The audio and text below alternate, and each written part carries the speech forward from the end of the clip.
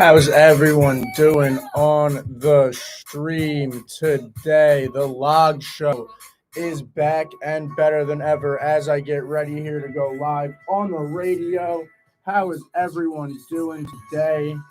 I know I'm doing great. It's a great day. We got football tonight, and it is going to be an amazing day. Hello, everybody.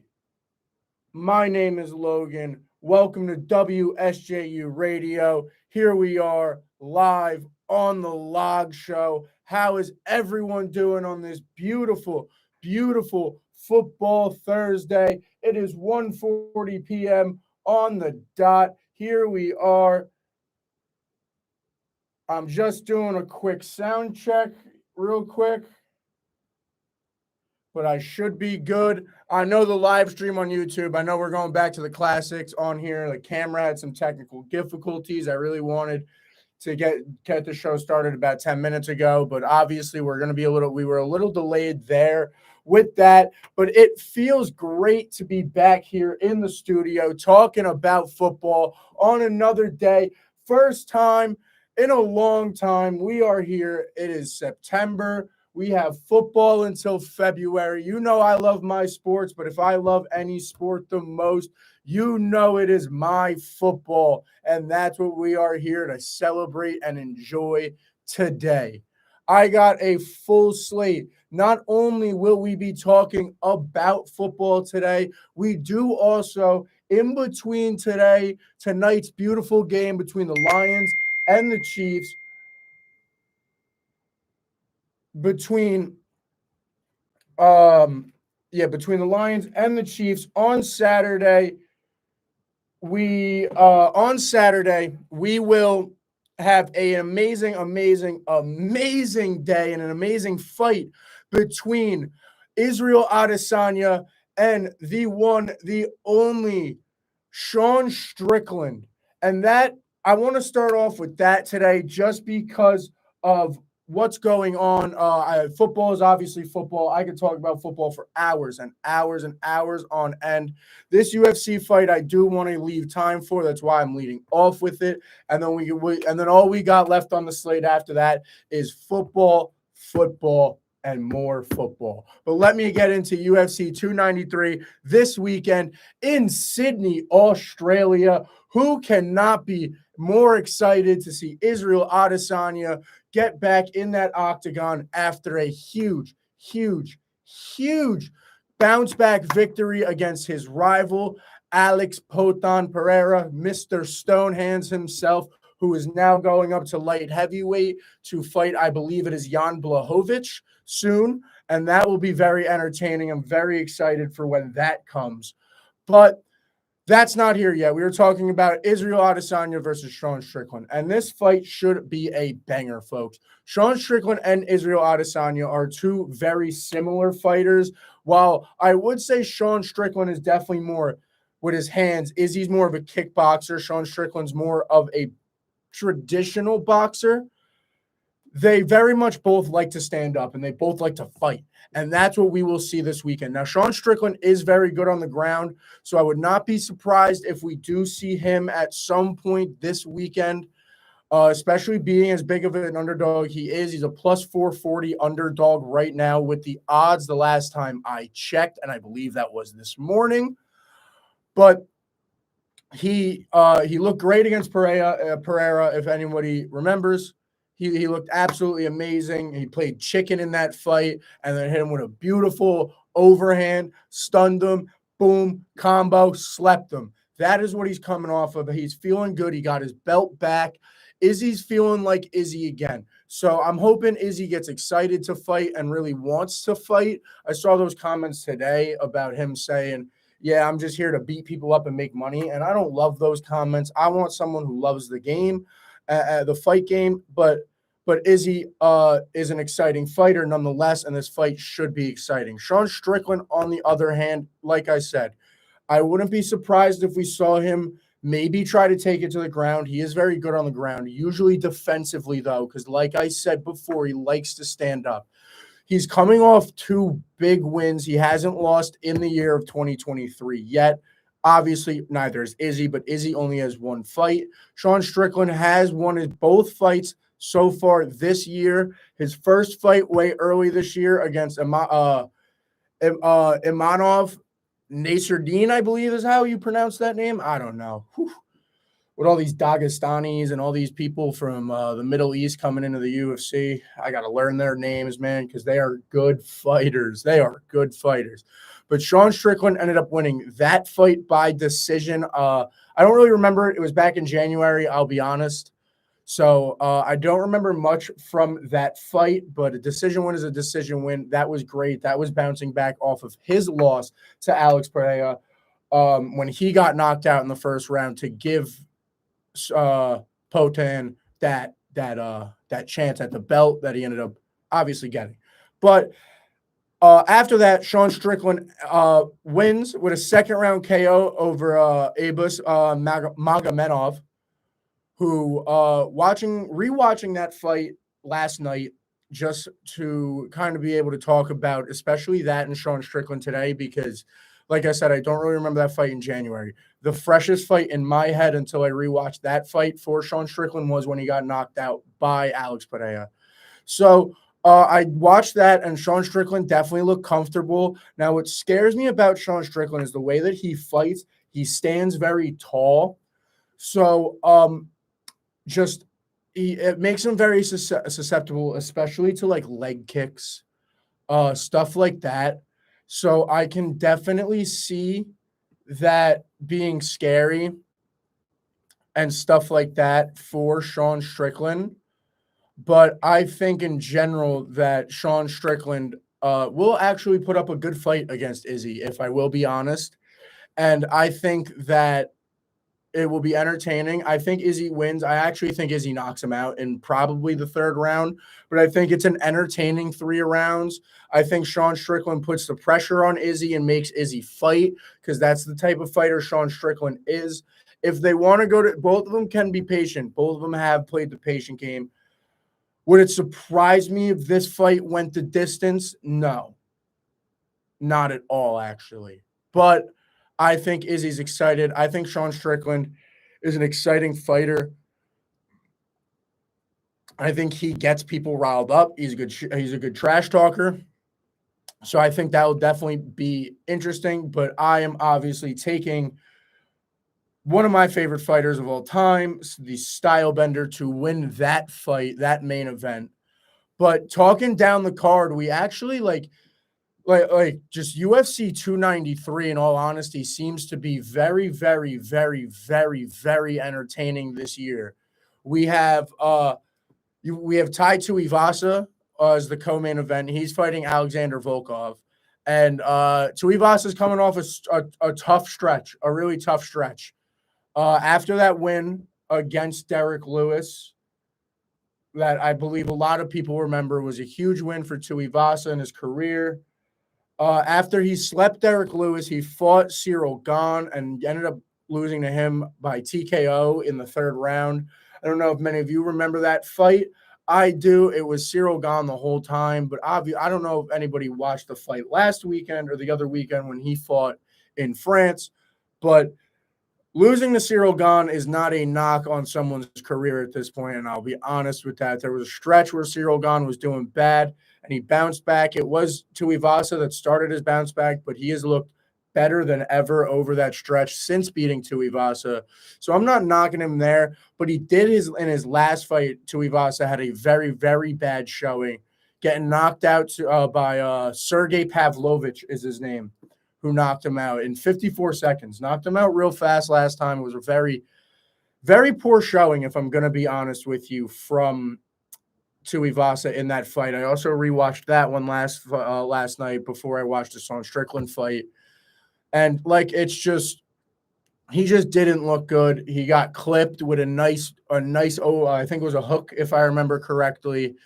And Pavlovich did a great job of just pushing the pressure, knocked him down a couple times, and Herb called it there. So Tuivasa is really hoping to bounce back. This is two big heavy hitters at the top of the heavyweight division. Both of them like to get knockouts. Volkov is coming off a knockout against Alexander Romanov, who's also a nice, like, that's a big win for him. So this one should also be entertaining.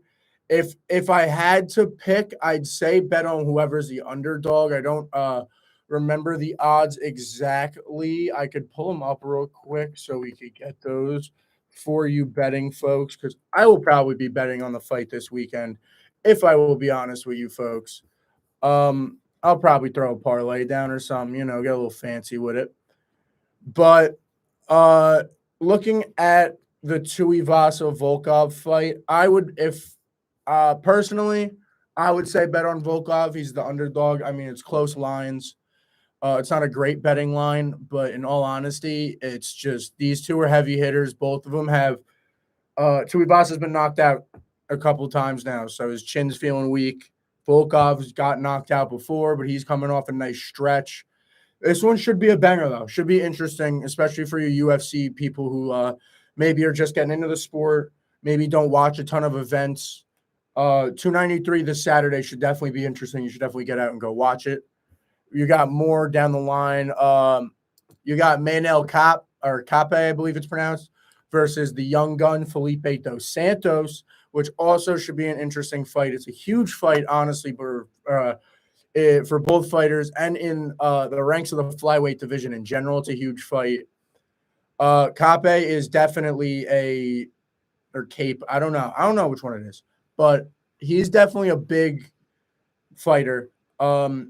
He had 2 canceled bouts. One was against Davison Figueiredo, one against Kaya Kara-France, who are both absolute dogs at the top of that division. So if he can at least get the fight scheduled, maybe they got canceled for whatever reason, but if the UFC's matching him up with those people, he's a dog. He's a good fighter, and I believe that. I mean, I don't remember much from him, but Felipe dos Santos, he's a young gun, 7-0, I believe a Contender Series winner. He's only 22. This is his first official UFC fight, but he's got 3 first-round finishes. 2 of them are submissions. So this one should definitely be interesting. Might be a little boring to the people who want to see knockouts. But when it comes to the ranks of the flyweight division, especially with all that going on with at the top, well, a lot of movement consistently at that top over the past couple of years with Moreno constantly winning his belt back and then losing it to Figueiredo, and then he just lost it to I can't remember his name right now. But so this is definitely a big fight in that division, and for those of you big UFC fans, definitely want to keep your eye on, because one of them could be fighting for the belt very soon, if I'm going to be honest with you. And then to round out the big fights on 293, the last one I really want to talk about is Justin Tafa versus Austin Lane. That one should be definitely interesting. Justin Tafa is a dog. He's a big body, big hands. In his home of Australia, I think it's going to be a fun night for him. I think he wins by knockout. I think that one's going to be really interesting, very entertaining to the people. I haven't seen much of Austin Lane, if I'm going to be honest with you. He's not someone who really rings a bell in my head. So I don't know much. He could try to wrestle, but I think Justin Tafa is definitely going to want to hit him with a nice hook, a nice uppercut, and really rock him there. But yeah, that's it for 293. I mean, that's really it for the UFC that I'm going to talk about. UFC fans, we are really, really spoiled for the end of 2023 so far with what is scheduled, and what will be scheduled could only get better, if I'm going to be honest. Because already next week we have a huge fight night, which is Shevchenko versus Grasso. Shevchenko, now cover athlete of UFC 5, which I will definitely try to be getting somehow. But trying to get her belt back against Alexa Grasso, who caught her last time with a nice hook. That'll definitely be an interesting fight night that everyone could tune into on ESPN Plus. You don't got to buy fight nights. That's why they're great, especially for people trying to get into the sport, especially one like this where it's actually like, I'm surprised that Shevchenko's even fighting on a fight night. Like the UFC could make money with her. They're throwing her on a fight night, though, against Grasso, which will be interesting. Big mouth Kevin Holland versus Jack Della Maddalena. That one should be interesting. Everyone loves a Kevin Holland fight. And then also later on that, or Also, early on that card, you got Raul Rosas Jr. fighting, who former Contender Series champion, coming off his first loss as a professional, but is an absolute dog on the mats, is very good wrestler. That one should definitely be interesting. That card next week should be fun to watch. In the Apex is always great because it's just Apex, you got no fans, so you're hearing the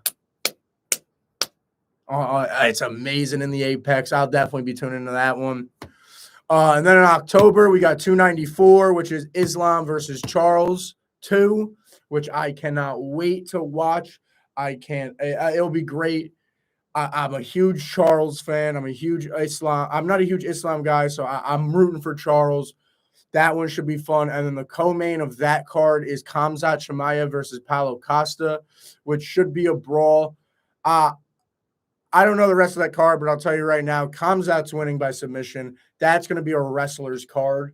So that one should be fun for those of you who like the technicality, like the little, the submissions and the wrestling game. And then in November, as of right now, to end off the year, we got the only thing scheduled on the card for 295 is Jon Jones Stipe here in New York on November 11th. And I will be doing everything in my power to be there. I cannot wait for that fight just in general. And I hope I could see it live. I really do. 295 is something that I'm very excited for. Jon Jones, I thought his fight against Cyril Gane, I believe it was the last time he fought, I thought that was going to be like a one-and-done, one-off thing. It was not, though. And he said, I want Stipe. So that one will be absolutely great. But that's all I got for UFC. Now, it is Thursday. Today is Thursday. It is. Thursday, September 7th, 2023. Today is the day that the 2023 NFL season begins. And I cannot be more excited for an NFL season than I am this year. Tonight, we have a great matchup between the Lions and the Chiefs. And we'll get into that later when I talk about all the games and I talk about how I feel about this year. And I'm not going to talk about every game. I'll touch and I'll pick what I'll do this year. What I'm feeling on doing to try to get them as updated as possible is I will go on my phone at the end of every football segment and go right on my FanDuel account, log in, and look at the odds right there and pick both who I think is going to win the game and who I'm going to bet on, who I would bet on for the game. But we're not going to talk about tonight's game first because we had a whole offseason, folks. We have a lot to get off our chest. Last time I spoke to you folks was May 5th. Aaron Rodgers had just signed. We were in the midst of good old basketball. The playoffs were just about to get started for basketball. I believe they just had started. I was talking about the Knicks a lot. Aaron Rodgers had just signed, and so on. A lot has happened since then. There's been a lot of movement around the league. The draft, obviously, I know I talked about that way back when it happened, but we've seen training camp has happened now. And a lot of people, especially in this area, are excited. I get why. Because of one team specifically, and I'll talk about them first, and that is the New York Jets. Now, the New York Jets, obviously, this year is the year to be a Jets fan, and that's a sentence that not a lot of people thought would ever be said. You just signed one of the greatest quarterbacks to ever live. You just signed, arguably, my cousin said this last week when I saw him, and he said that Aaron Rodgers is already the greatest quarterback to put on a Jets uniform. And now that is bold saying he's better than Joe Namath. I don't know. Old heads yell at whoever you want for that statement. But what I'm trying to say is that's how confident Jets fans are. Now, the Jets last year were a very, very interesting team. They ended up falling off at the end of the year 7-9. But they addressed their offense extremely heavily in extremely heavily.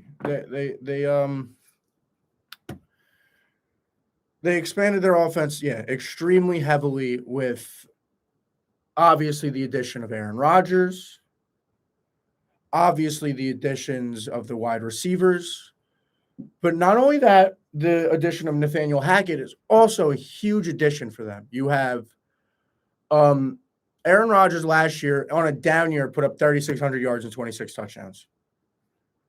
And then you added people. You obviously already have Garrett Wilson, who's an absolute certified dog. You know he is an absolute certified dog. You got Breece Hall, absolute certified dog. And now you bring in Aaron Rodgers.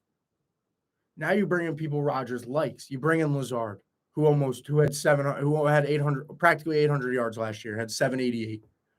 You bring in Randall Cobb, who's one of his best friends. Yeah, he only had 500 yards last year and 1 touchdown, but you bring that in for the locker room, for the youngins, for Garrett Wilson. So Cobb and Garrett Wilson have that conversation, and Cobb could be like, yeah, Garrett, Aaron really likes it when you break this way on this route and when you do this on that. And when you just get open. But that's the big thing in Randall Cobb. You had Mecole Hardman from the Chiefs, who had a down year last year. If I remember correctly, did get injured for a little bit. Had 4 touchdowns, though. He's a good red zone threat. He's a speedy receiver who you could use in a lot of – who Nathaniel Hackett and Robert Saleh can use in a lot of interesting, really, really, really interesting ways. And that was the additions they needed to make. When you look at the Jets, last year, their defense was one of the best in the league. Their defense over and over again proved to be one of the best in the league. Their defensive line consistently was making plays. They ended the year 7th in sacks. Their secondary had the rookie of the year, had Sauce Gardner, absolute certified dog. You got a really good defense there in New York. They were 2nd in points last year, 4th in yards. They were 3rd in opponent red zone percentage. Like I said, 7th in sacks. That, to me, reading those stat lines right there, if you don't say that the Jets had a top 3 defense last year, honestly, I think you're wrong. They were absolutely unreal last year, and the offense just didn't add up. They were 14th in sacks allowed. That was a big thing. They couldn't get Zach Wilson, not great at getting the ball out of his hands. Neither was Mike White. They were 29th in points, almost dead last. They were 29th in points, 25th in yards per game. And then offensively, they were 31st in red zone percentage, also almost dead last in red zone percentage. It just wasn't even. And I think that's what helps the Jets a lot this year is the Jets last year especially, the defense a lot just felt over and over again that they were putting in all this work, all this effort, everything, and it just wasn't working out. It wasn't connecting because the defense would be doing all these things and then Zach Wilson would throw an interception or you know what I mean? So it'll be very, very interesting to watch the Jets this year. They have a gauntlet, a nice little difficult part of their schedule at the beginning of the year. You open up with Buffalo on Monday. Then you let me get this up. I don't remember their schedule exactly. But yeah, you open up with Buffalo on Monday, which already is difficult enough. And then you got Dallas in Dallas, which is not easy at all. You got the Patriots, who probably are the worst team in that division and probably the easiest team of the beginning of this schedule. And then you got the Chiefs. You got the Broncos, which helps. Like the Broncos, I don't know. The Broncos are interesting this year. I'm a huge, obviously, if you guys don't know, I'm a Saints fan. I'm a huge, huge fan of Sean Payton and what they could do there. What they do or what he does. I think he could really fix Russell Wilson. I'll get into that later. But there it is. You got the then you got the Eagles, then you got a bye in the Giants, and then it kind of starts to die down. You got the Chargers, you got the Raiders. Like the schedule ain't easy for the Jets, and it's going to prove that. And I think, honestly, to expect the Aaron of old is a lot, but the Aaron of new won MVP 2 years ago. So I think there's a lot to look forward to for the Jets.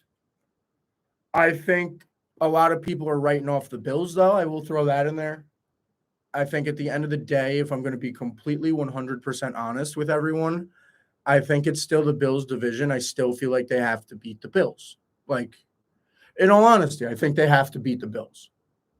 And I think a lot of people wrote it off and gave them the division already, and I don't know if that's true. I think it's going to be very competitive. I think the Dolphins are also very, very good if Tua could stay healthy, which has proven a struggle, but not impossible. I've seen people who don't really stay healthy often stay healthy for one season, and that be the season. So that AFC East is definitely, excuse me, that AFC East is definitely very, very interesting. And it's going to be really cool to see how that turns out. But yeah, like I said, they still got to beat the Bills. They still got to beat, and Miami's a good team. So they don't got an easy schedule. So we'll see. I think they could go easily 10 wins, 10-7. But is that like that's what I mean? How much of an improvement of that is that over last year, 10-7? You guys went what 9-8 last year, right? So like I don't know. It'll definitely be interesting. But moving on, sorry for that little pause. Moving over to the other team that plays at that stadium, MetLife. Moving over to the Giants. Another team that a lot of people are very, very, very excited for. You know, this little area, especially the area where I'm from, New Jersey, pretty much any team you're into, it's exciting this year. If you're into a local team, like the Eagles are exciting, the Giants are exciting, the Jets are exciting, the Bills are exciting, the Ravens are exciting. Everyone but like the Commanders is probably the most local team to me. It's like who wants to be like who likes the Commanders? The Commanders. I hate them. But back to the Giants, back to that division. The Giants were very mediocre last year. I'll be honest. A lot of Giants fans are talking like, oh, we made the playoffs, we did this and that. Dable's amazing. Daniel Jones is amazing.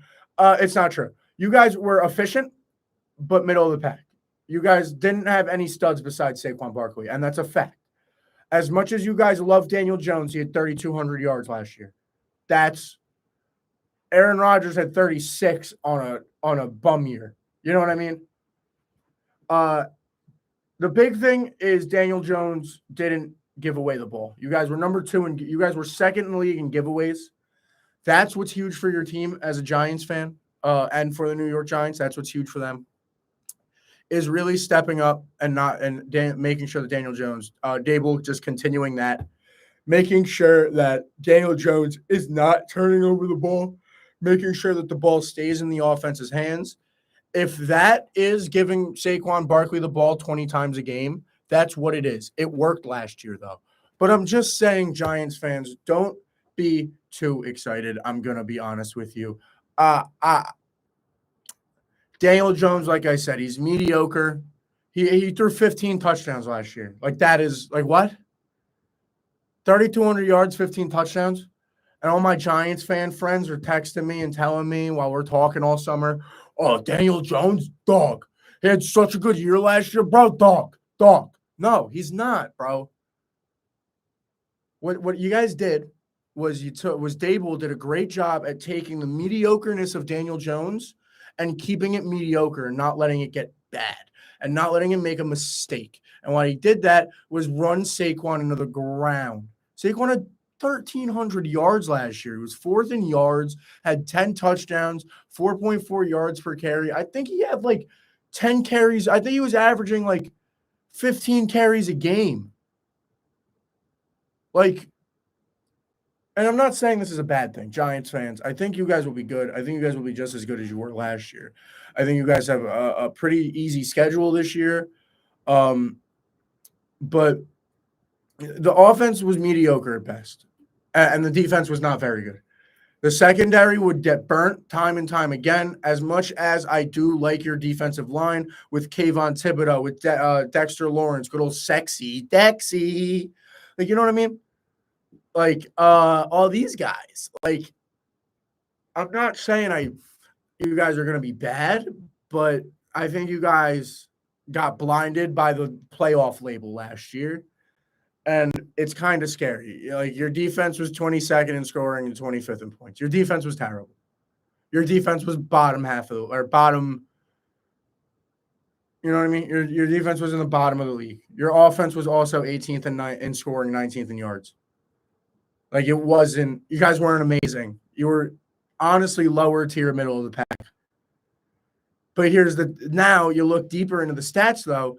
You guys were efficient. You were 5th in red zone percentage. Number 2 and 2. You were 2nd in the league in giveaways. You were efficient, though, and that's what you guys can need to. That's what they can need to continue to do to continue to really have this success and have this wherewithal to really be able to have success this year. And I'm excited to see what they could do. I really am. I'm excited to see what Dable and that coaching staff could do after a year down to really see like how this system works. People are going to figure it out a little bit, but like I said, it's big on taking care of the ball.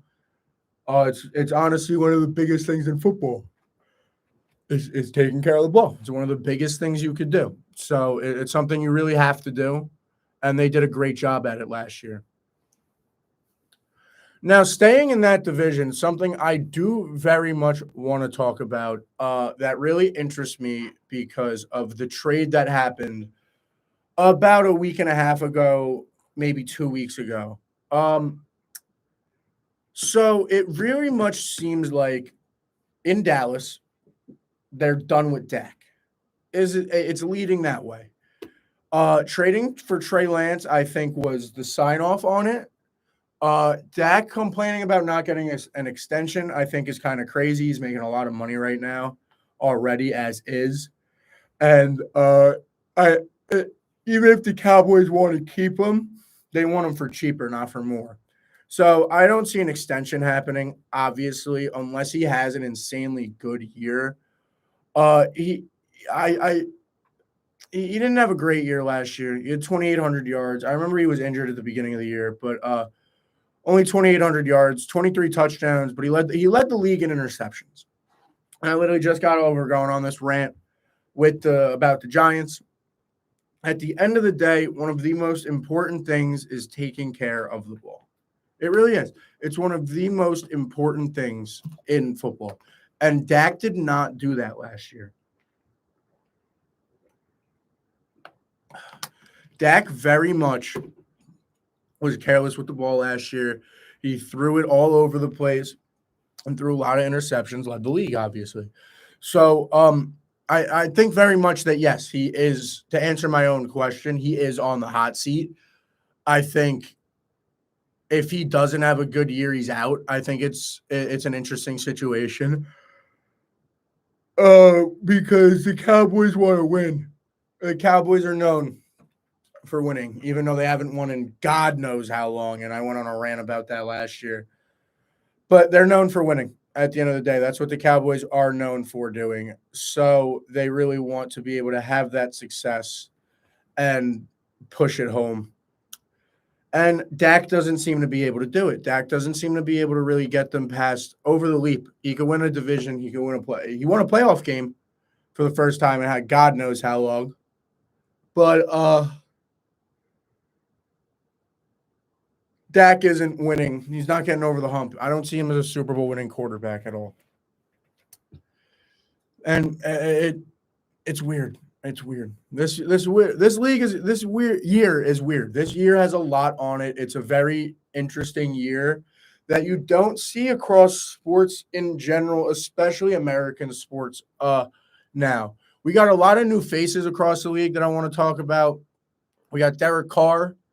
I'm gonna list all of right now the starting quarterbacks that are starting for a new team this year that did not start for the team they are starting for this year.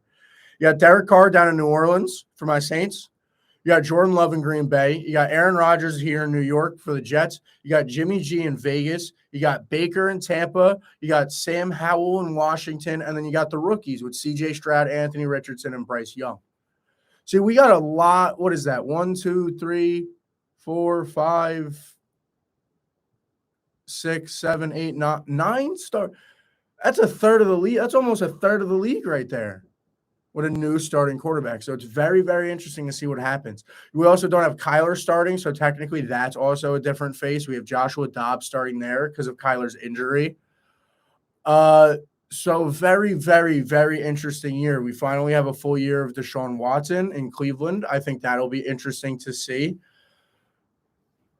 It'll be fun. It'll be fun. It'll be fun. It will be fun. You got what's his name to Tennessee was a big signing.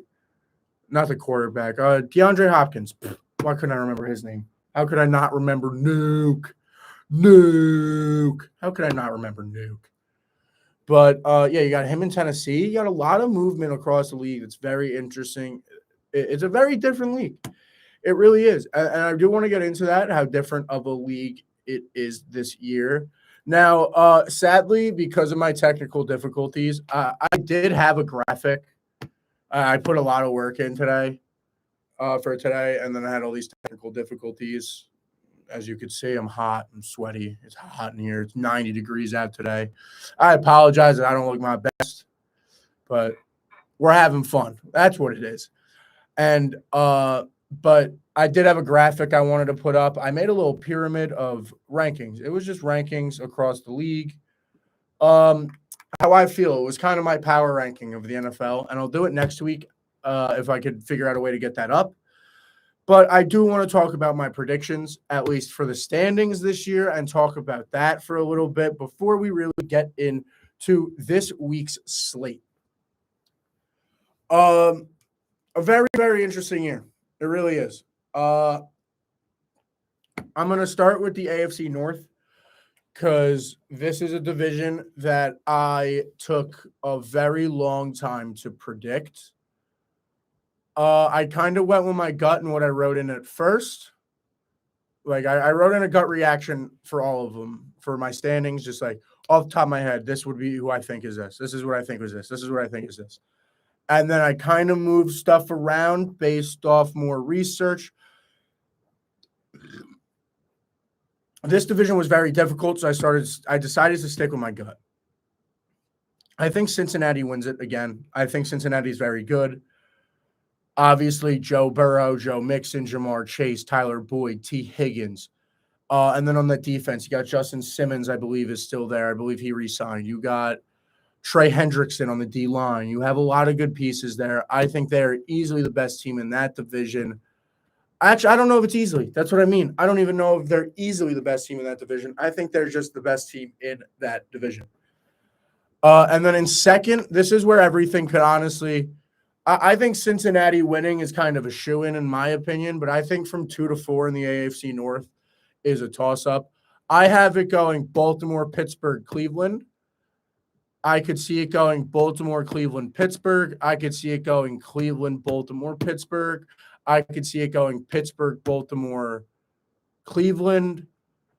I don't know. It's very interesting because you have Mike Tomlin in Pittsburgh, who's a very, very good coach.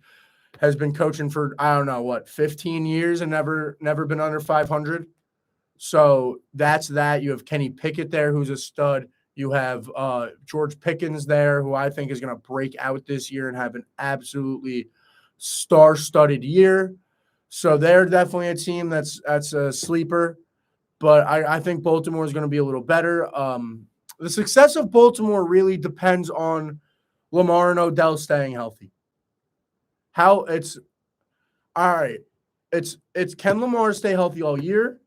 And then how long will Odell stay healthy? Odell will not be healthy all year. I think that is known, and I think that should be known to most people, that I very heavily doubt Odell Beckham Jr. plays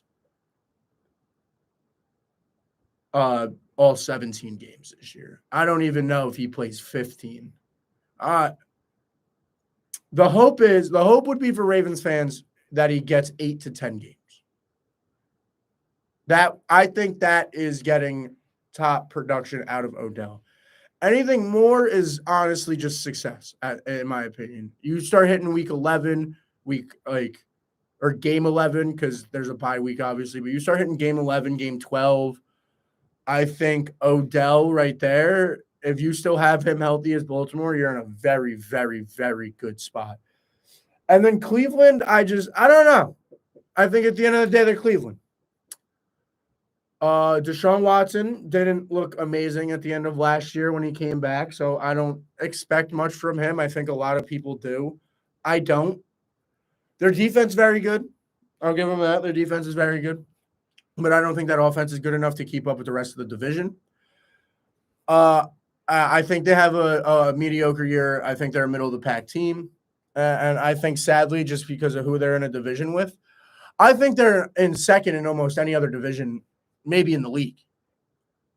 Like, that's how good the AFC North is, if I'm going to be honest with you, is I think Cleveland is like, I think they're better than Tennessee. I think they're better than Denver, LA, or like the Chargers and Vegas. And then moving to the NFC, I think they're better than they're not better than most of the NFC North. I think they're honestly better than everybody but New Orleans in the NFC South. I think they're just as good as like the Giants. Like, I think I put them around there. And it just sucks that they're in that AFC North. It's a tough division, man. It always has been. It's it's hard grind, pound it down your throat, in your face football. But yeah, that's what I have there. Moving on to the AFC South, I got Jacksonville taking the AFC South. I have it going Jacksonville, Tennessee, Indianapolis, and Houston. And both for the North and the South, I got top two teams making the playoffs. I also have that for the AFC East. When I get there, I'll tell you guys about it. I don't have exact records for anyone. I'm not a big record person because I tend to I'll pick Cincinnati to win a game against Baltimore and then an hour later be on Baltimore's schedule and pick Baltimore to win that same game I picked Cincinnati. I don't remember enough when I'm picking records to pick that. So I usually don't pick records. So I'm not going to get into that specific. But I think the South, you have two, and then you have the other two. I think the gap between 2 and 3 in the South, in the AFC South, is large. Anthony Richardson, I hope he's a stud. I hope he's good. I really do. I like him. I like his personality a lot. I've seen a lot out of him in camp. He's athletic. He's got a lot of upside, but I think Indianapolis, I think the Colts in general are just, between them and Tennessee, there's a big gap. And that's why I have in second in that division. And then, I don't know. I think it's 3-4 is a toss-up. It's whichever rookie quarterback plays better between Indianapolis and Houston. I just think Anthony Richardson has the better surrounding cast than C.J. Stroud. That's why I put Houston last in that division. I think you have a good defense there in Indianapolis. You have people like Shaq Leonard and I believe they signed Sheldon Rankins to that D-line. So you have a lot of people there who are pretty good. Definitely. So that's why I have them over Houston, but I don't think they'll be that good. Moving on to the AFC East, I have Buffalo taking the division. I know it is a surprise to many. A lot of people have the Jets winning that division. I do not this year. I think the Jets are going to come in second. I think they make the playoffs. But I think a lot of people forget about Buffalo, and I think Buffalo thrives when people forget about them. I think last year, with all that up and hype that they had, it was very much they didn't know what to do and they didn't know how to handle it. But now I think they're in a good spot where nobody's talking about them. Everyone's talking about the Jets. And they very much want to be like, oh, yeah. They're star-studded, man. Stephon Diggs, James Cook, Josh Allen, Gabe Davis. And then on the defensive side, you got Jordan Poyer, you got Von Miller, you got You got Alex Milano in the middle, I'm pretty sure. You got studs in Buffalo, man. And I think they thrive when nobody talks about them. And I think they're going to be very, very, very good this year. I think they got honestly upset Kansas City and win the AFC this year. If I'm not going to lie to you. Moving on to the AFC West. Now, this division will throw a lot of you for a loop the way I have these standings. Obviously, I have Kansas City, the defending Super Bowl champs, winning this division as they have. It is their division to lose. It is their Super Bowl to lose this year. They are very much, very, very much going to win this division. It is the AFC West is the Chiefs' house. It just is. But now moving down the list, I have Denver coming in second. I think this is going to be a huge bounce back year for Russell Wilson. And under Sean Payton, who's a huge QB guru, he's already said a bunch of stuff to Russ and like publicly about Russ that I love. He's also said stuff about Nathaniel Hackett that I don't love saying because I don't like you saying that stuff about somebody else in the same, coaching. You know what I mean? But nonetheless, I think Denver will be good. I think they have a very good defense, and I think they have a lot of weapons. And I think Sean Payton, I think he's an answer. You saw it in New York last year with the Giants. Coaching 100% makes a difference, and I know I'm saying I think a lot, but Sean Payton definitely will up that quarterback play and up the way that offense was run. And I think they'll put a lot of wins together, surprise a lot of people. I don't know if they'll make the playoffs. I don't know if they'll be that good, but I think they could squeeze into a wild card spot, maybe over Tennessee. But I think it'll be very fun to see. I think they'll be a fun team to watch this year, and I think they're going to surprise a lot of people this year. And then in third in that division, I got the Chargers, who are also good. This division's also weird because I only see Kansas City out of this division making the playoffs. But also, I look at all those teams, and they're all very, very good. So, I don't know. It's an interesting division. I got the Chargers in third. I think they'll be solid this year. Justin Herbert's obviously Justin Herbert. Keenan Allen, hopefully he could stay healthy for most of the year instead of being injured for most of the year. You have Mike Williams, who's a dog. You got that other wide receiver I can't remember the name of, who's a dog. His name's like Quentin something. But yeah, so I think you got Vegas. I got them in last with the addition of Jimmy G. They didn't make much other additions besides that. And a lot of people there are just upset with the way that stuff's being run, the way that stuff's going down. Chandler Jones is upset. He complained about something the other day on his Instagram story and ended up deleting it. Then you got Josh Jacobs, that whole thing. He ended up getting his money, but he's not happy there. So you got Jimmy and Josh. But besides that, a lot of the news coming out of Vegas does not seem high and does not seem good for the Raiders. So it'll be fun. It will be fun to watch that division. Moving on to the other conference. Before I do that, I do want to say, the AFC playoffs, I got Cincinnati, Jacksonville, Buffalo, Kansas City as the division winners. And then the three wildcard teams, I got Baltimore, Tennessee, and the Jets. Moving on to the other conference. We're going to go to NFC now. NFC is interesting. It is a lot worse than the AFC. I'll be honest with you.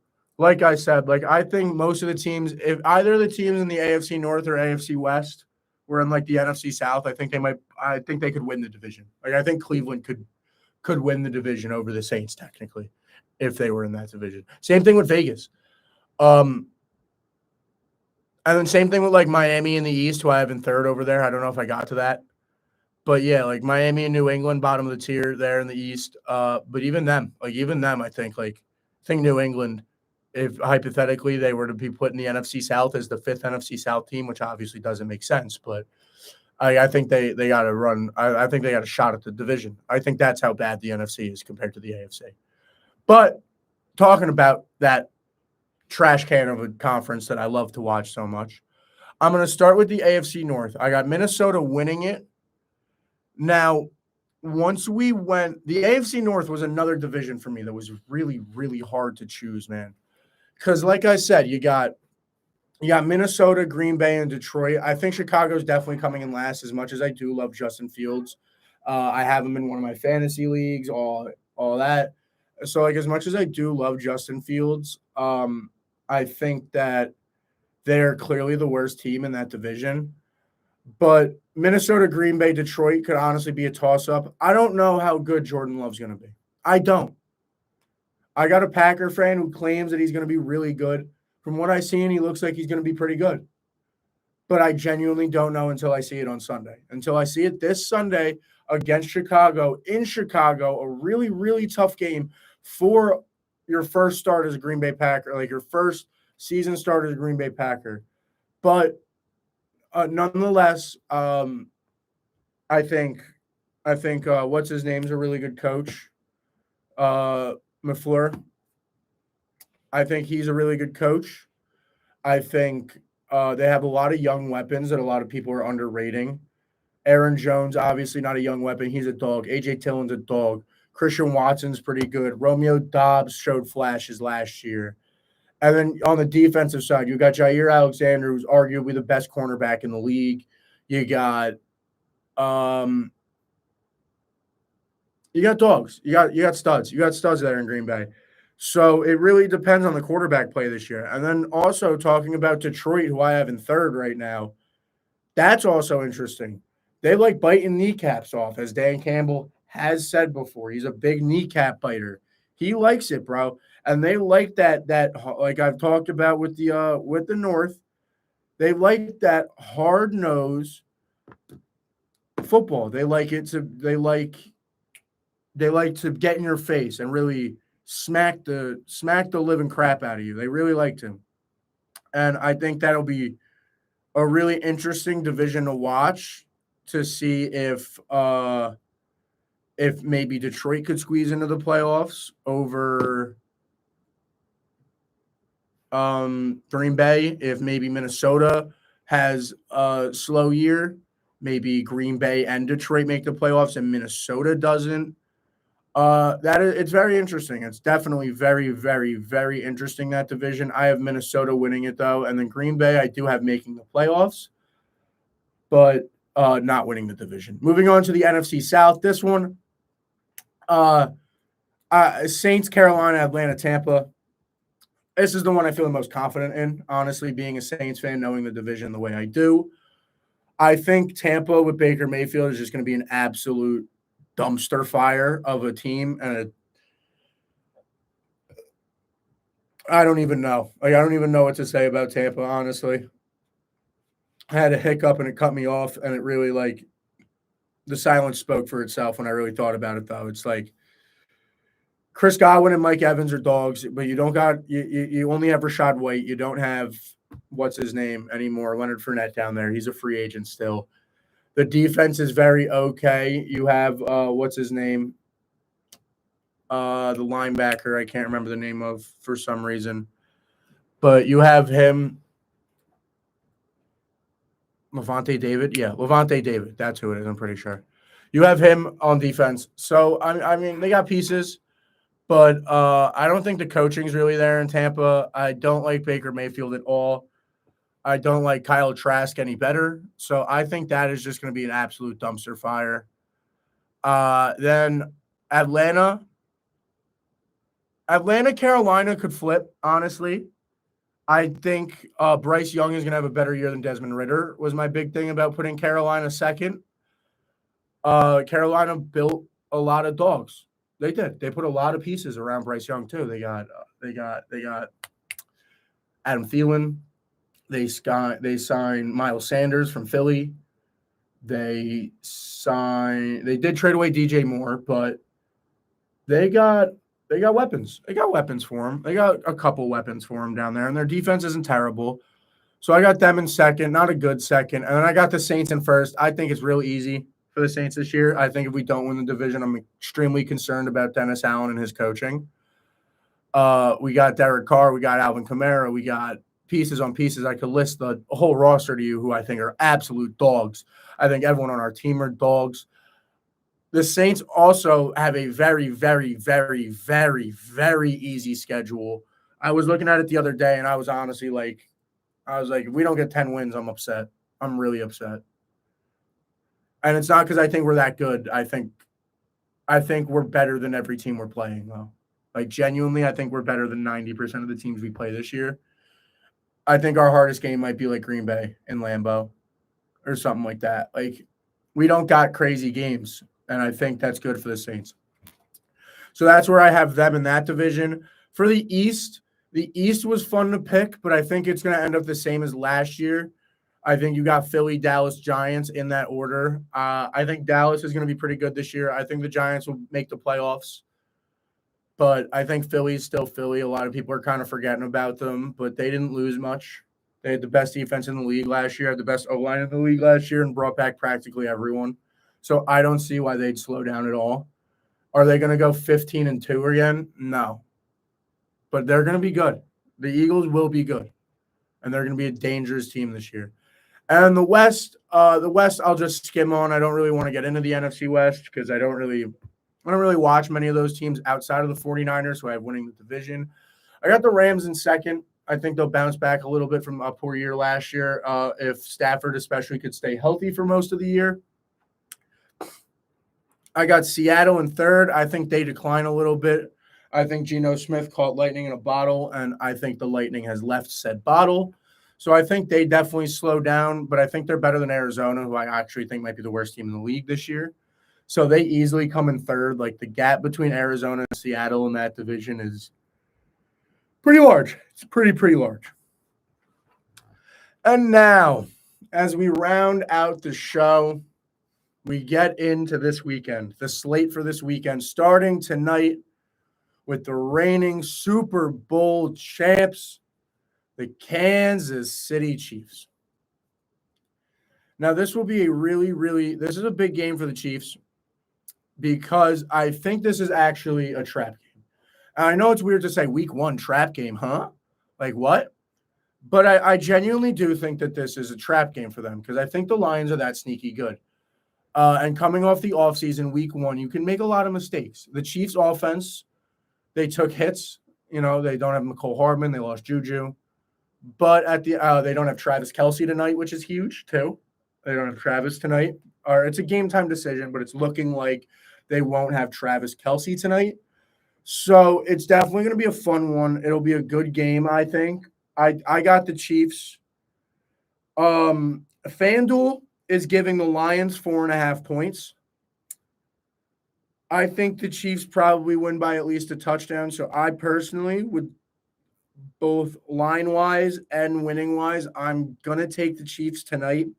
I think it'll be a great game, though. I'm excited to see the Lions. I'm excited to see Jahmyr Gibbs, Marvin Jones back in that offense. I'm excited for tonight, if I'm going to be completely honest with you.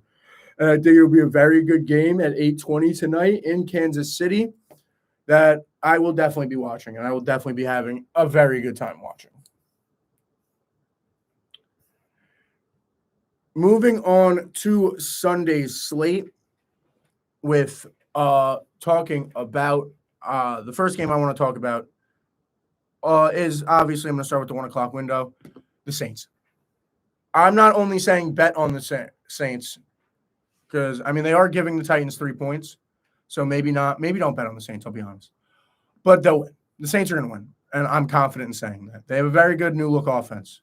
We don't have Kamara, but we do have Jamal Williams. They do have Jamal Williams, who they just signed, who led the league in rushing touchdowns last year. So no Kamara for the first 3 weeks can definitely prove an issue. But I think their offense,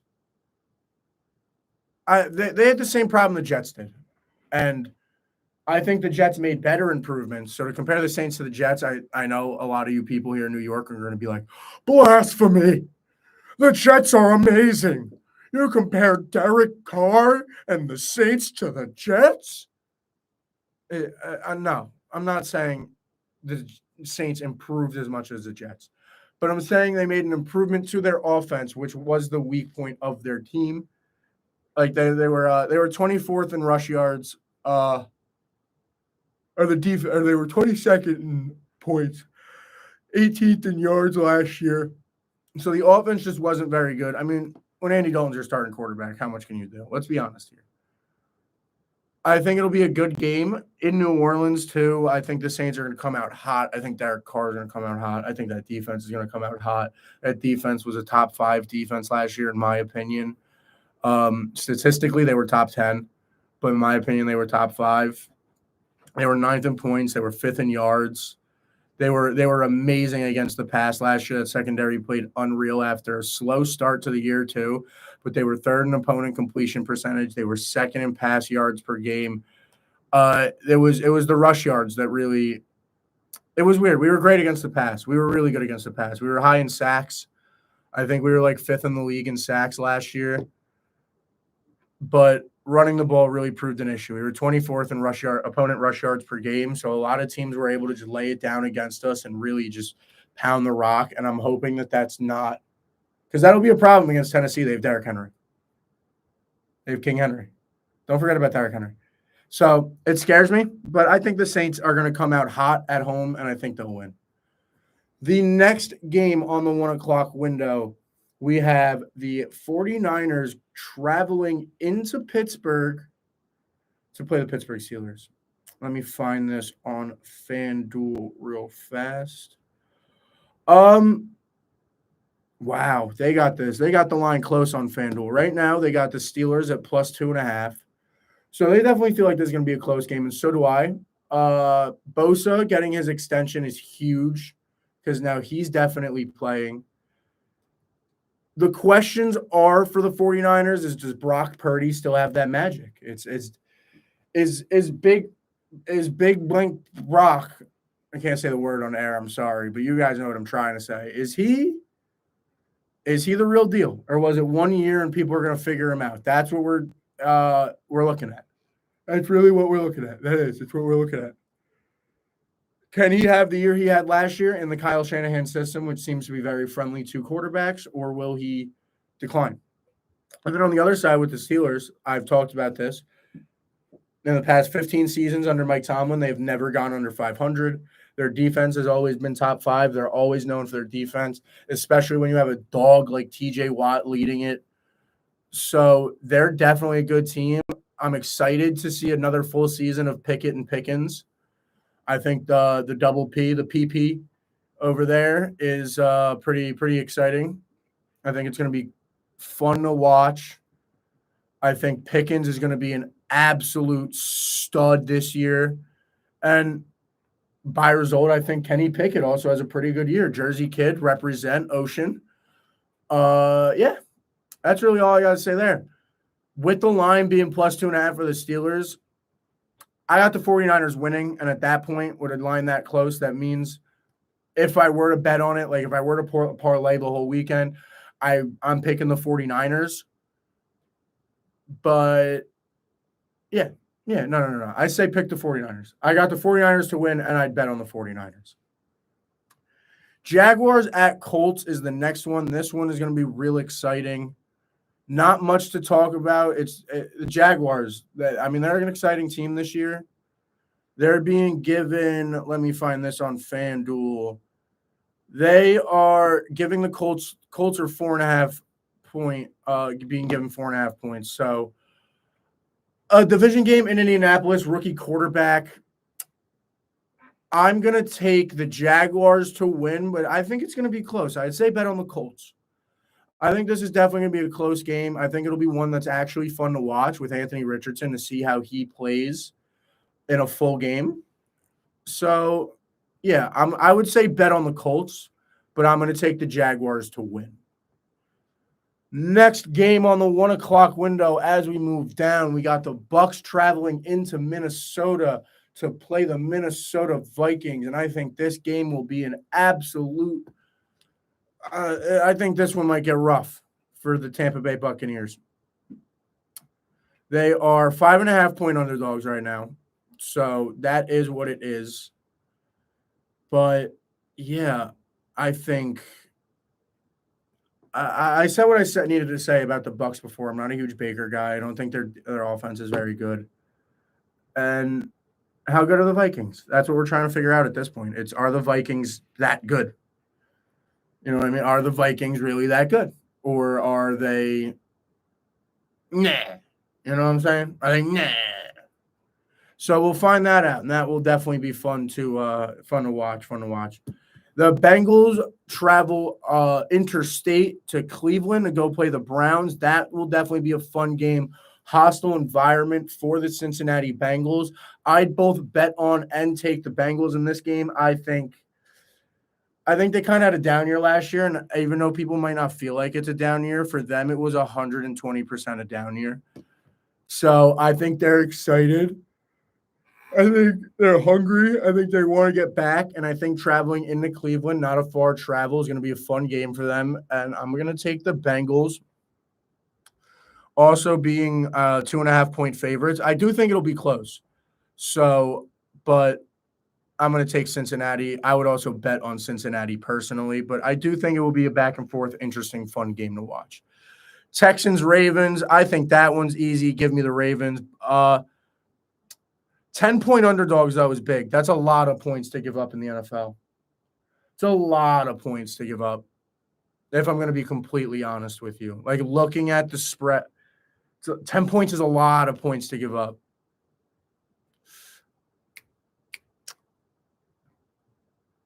You know what? Give me the Texans. Give me the Texans in that, betting-wise. I got the Ravens to win. Give me the Texans betting-wise, though. And by the way, I am going to keep my record for the year, everybody, betting-wise and normally. So it'll definitely be fun to see how good I'm doing, how good I am doing.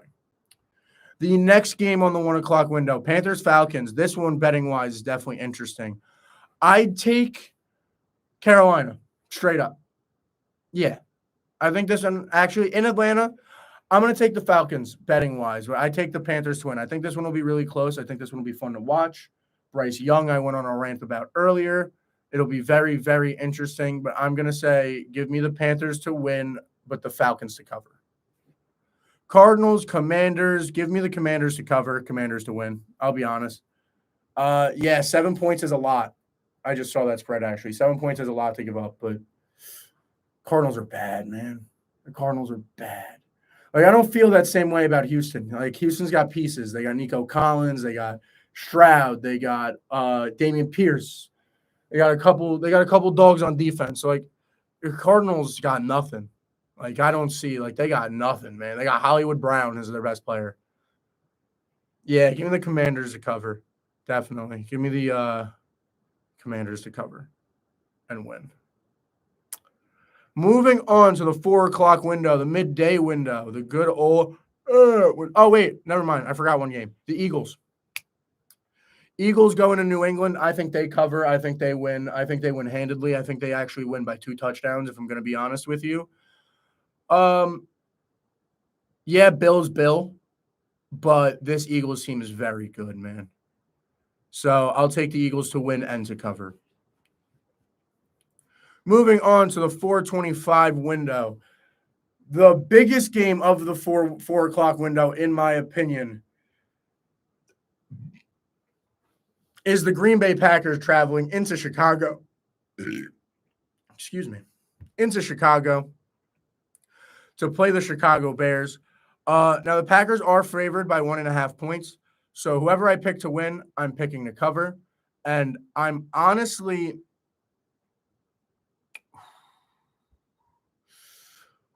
This is a hard one. This is a hard one, man. This one's a hard one.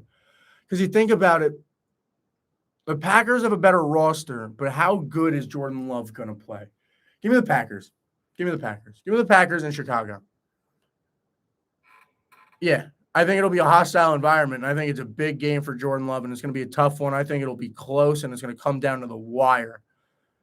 But I think it comes down to who makes a mistake first. And as much as I haven't seen enough out of Jordan Love, I think Justin Fields makes a mistake first. So give me the Packers. Also to cover, because obviously it's a 1-point spread. Next game on the window, Raiders at Broncos going into Denver. Give me the dogs. Give me Denver. Straight up. Just give me Denver. Give me Denver to cover. Yeah. Give me Denver. 100%. I think Denver's going to win that game. I think they'll cover too. Jimmy G, I think will be fun, but I like this whole Sean Payton experiment in Denver. I think it'll go well. Dolphins at the Chargers. That's an interesting one. Ooh. The Chargers are 3-point favorites, but I'm going to take the Dolphins. I'm going to take the Dolphins to win, therefore to cover. I think the Dolphins straight up will win. I think the Dolphins will straight up win this game. I think the Dolphins are good. I think the Dolphins are really good, man. I think the Chargers defense is okay. Their secondary is okay. They have the best safety in the league. Derwin James is a dog, but I don't know. Asante Samuel Jr. is pretty good, but you got a lot to cover. They got a lot of weapons down there in Miami, man. Plus, the Chargers' home isn't much of a home. Yeah. Give me the Dolphins to win this one. Rams at Seahawks. That's a fun one to talk about. They're giving the Rams 5.5 points. Give me the Seahawks to win, but the Rams to cover. I think that one I feel pretty confident in. 5.5 is a lot of points, and I think Matt Stafford's still pretty good. Like I don't think he's dirt garbage yet to be given 5.5 points against the Seahawks. So definitely give me them to cover, but definitely give me them to cover, but give me the Seahawks to win, Rams to cover. Now on to Sunday Night Football. This one's fun. Dallas at coming into New York playing the Giants. I think the Giants are going to win this one. I know Dallas is favored, but I think Giants fans are going to be hyped, and I think that stadium is going to be rocking on Sunday. I think that stadium is going to be rocking on Sunday, and I think it's a thing to be excited about as a Jets fan or Giants fan. I mean, and I think I think they outright beat the Cowboys. Not only obviously they cover if they're underdogs, but I think they outright beat the Cowboys. And then on Monday, the Jets again. The Jets at home is going to be a fun one. I do think that stadium is going to be rocking on Monday night too. But I think the Bills are going to come into New York and kind of try to shut everyone up. Come into MetLife and really be like, are you serious? So, yeah, give me the Bills. Give me the Bills to cover as well. They're 2.5-point favorites. Give me the Bills to cover as well. But that's what we got upcoming for this weekend. A huge slate, a lot of fun football, a lot of fun games. Week 1, the NFL really said, let's throw a lot of rivalry games, a lot of divisional games this week, a lot of divisional rivals with like Jags, Colts, Bears, Packers. You know what I mean? You got Panthers, Falcons, you got Giants, Cowboys, you got Bills, Jets. You got a lot of fun games. And then not only on top of that, you got the game tonight, extremely, extremely exciting. The Lions with a little bit of a new look offense, a new running back there with Jahmyr Gibbs that they drafted 12 after trading DeAndre Swift and losing Jamal Williams. I think tonight's exciting. I'm excited for this football season. I don't know how all you guys feel, but I know I am absolutely souped for football this year. Not only that, we got the fight on Saturday that's just as exciting. Hopefully, Izzy can retain his belt, as I am a huge fan of the style bender. But that is all I got for you guys today. Thank you guys for tuning in to the Log Show on this weird Thursday episode. Thank you guys on the radio for listening, taking your time to listen to me here on WSJU. If you tuned in on YouTube, if you're watching this later as a YouTube video, I appreciate everything. Please like, subscribe, do it all, do anything you need. I will be here weekly. I will be here Wednesdays, probably more likely than not, probably around noon, 1 o'clock to 2 o'clock is the slot I'm looking to get. And it's looking like I'm probably going to get that slot. So for all of you who want to continue tuning in, it's going to be Wednesdays, probably 1 to 2. And that's all I got for you guys today. Thank everybody. Thank you for tuning in. I'm Logan. This is the Log Show. Peace out.